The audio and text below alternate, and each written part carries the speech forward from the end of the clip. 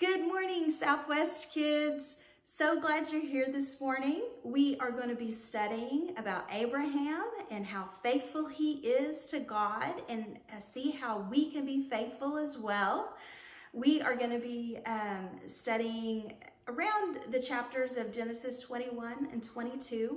This week, if you want to have daily Bible readings, I would read out of Genesis 22. Read just maybe a few verses a day, but that would be a great way to remember about our story and how faithful Abraham is to God and how we can have lots of faith in God. If you look outside, do you see the trees swaying or the leaves rustling? What is that? What's causing that? Yes, it's the wind. And can we see the wind? No, we can't see the wind, but we have faith, don't we? That it's the wind that is causing the trees to sway and the leaves to rustle. And so yeah, we have faith that it's the wind, even though we can't see it. Abraham, when Christians think of faith, we think of Abraham. It must be very important to God for us to learn about the life of Abraham because he is mentioned 233 times in the Old Testament and 74 times in the New Testament. This is one way to describe Abraham. He was a friend of God. What a wonderful way to be described. Wouldn't we all like to be written in the history books as a friend of God? If you want to read extra, James 2:23 or Isaiah 41:8 and 2 Chronicles 27 go along with being a friend of God. Important.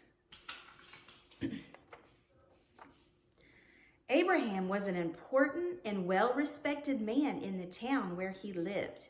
He was very rich, and he must have been a successful and important businessman since he had so many servants and many possessions, a lot of land and lots of livestock.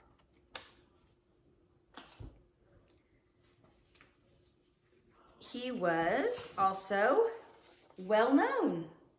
Abraham is a name that is known and respected all over the world. Abraham lived around 4,000 years ago, and people still know him and talk about him. And then also a man of faith.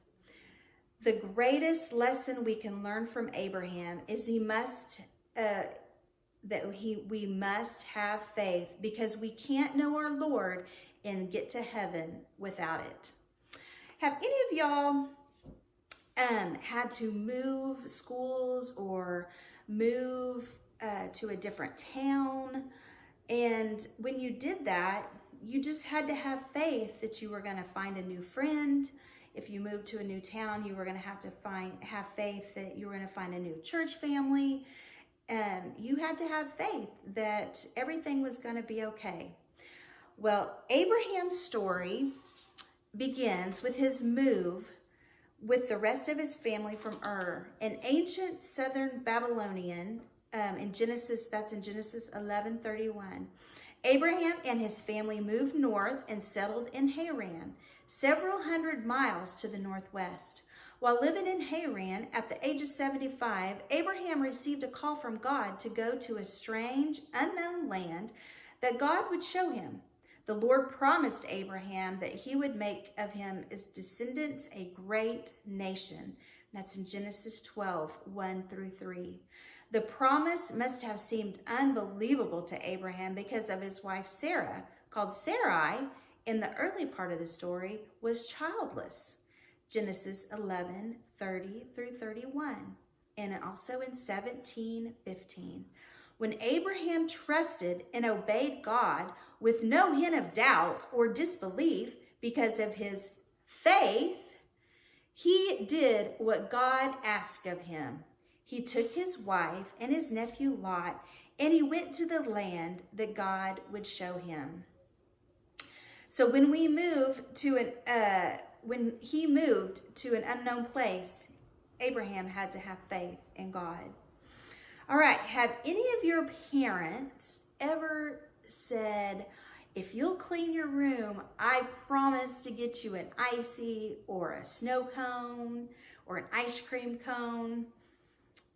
We just had to have faith, didn't we? That they were going to follow through and get us that snow cone or ice cream cone or icy. We just had to have faith in them because they told us, didn't we?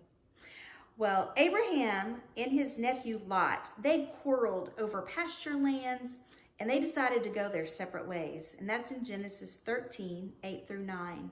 Lot settled in the Jordan River Valley, a fateful mistake, while Abraham moved into Canaan.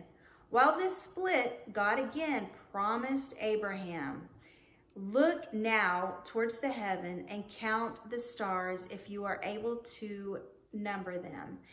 And he said to him, so shall your descendants be. And Abraham said to him, and Abraham believed in the Lord, and God accounted it to him for righteousness. And that's in Genesis 15, 5 and 6. So Abraham had God's promise, and he just had to have faith in that promise that God had given him.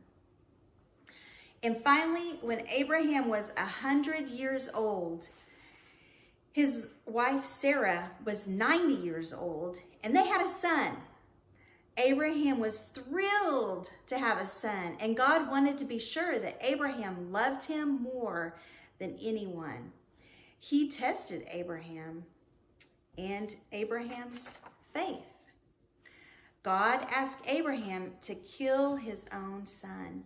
Abraham did not want to do this, but he trusted God enough to obey him.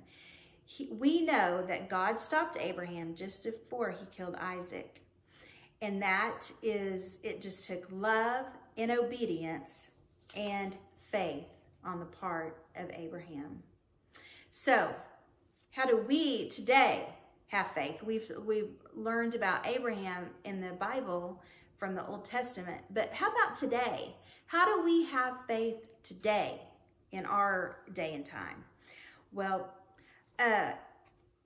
your faith in God will be tested many times in your life. Abraham's story reminds us how to be faithful to God. He trusted God enough to obey and to love him without question. Abraham was the father of the Hebrews, and we are also the children of Abraham because he is the spiritual father to all of us who believe in Jesus. He is our model of faith from Hebrews 11. And in the Bible, the Lord is often referred to as the God of Abraham. So we just need to use these examples that we read in the Bible to have faith for us today. So why the story of Abraham and Sarah is important to us. Faith means obeying God, even when we don't understand why. He is asking us to do something. Surely Abraham didn't grasp God's promise or understand he had a plan that he would take generations to come true. Remember, there is one story in the Bible, and it is Jesus and God's plan for man and salvation. And that's in Genesis 12, 1 through 9, 22, 1 through 18, Hebrews 11, 17 through 19. Following God should drastically change our relationship to the world in which we live. It may even mean severing ties with friends and family which we're friends with or family members. And that's in Genesis 12:1 and Romans 12:2. Taking matters into our own hands can cause problems for us as well as others. And that Genesis 16:21, and that's chapter 21 and 8 through 21. Not only did Sarah have trouble believing or others, at least remembering God's promise, she tried to help him and then blamed others when her actions caused problems. We need to always consult God and trust in him. Righteousness comes by faith, not by works. Genesis 15:6. Focusing on eternity will help us endure the hard times in life. Hebrews 11:8-10. Abraham believed in God, so God declared him to be righteous. And that's in Romans 4:3 and in Genesis 15:6. Okay, so to help you remember to have faith and to trust God today, and we're going to do a little project. Get you a piece of paper and a pencil or a pen or a marker, or whatever you want to do. But we are going to draw a picture of a frog, and the frog is going to remind us to fully rely on God, okay? And that's what the F, the R, O, and the G stand for, fully rely on God. So I'm going to help you draw a frog. Everybody got your pencil and paper and markers ready? Okay. First thing you're going to do is you're going to draw 2 small circles for the eyes, okay? Okay. And then you're going to put a dot in the center of him for his eyeball. I'll scoot this forward so you can see a little bit better.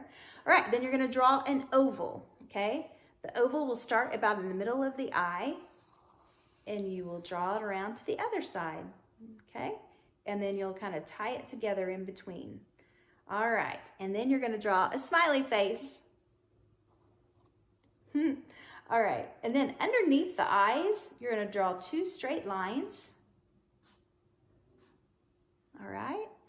Then you're going to draw an upside down M.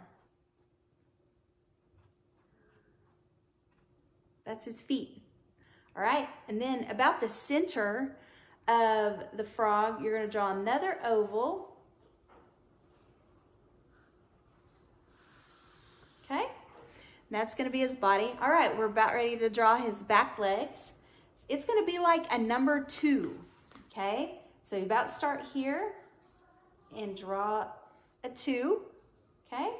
And then you'll draw another like down there, and then you're going to go to the other side and draw backwards 2.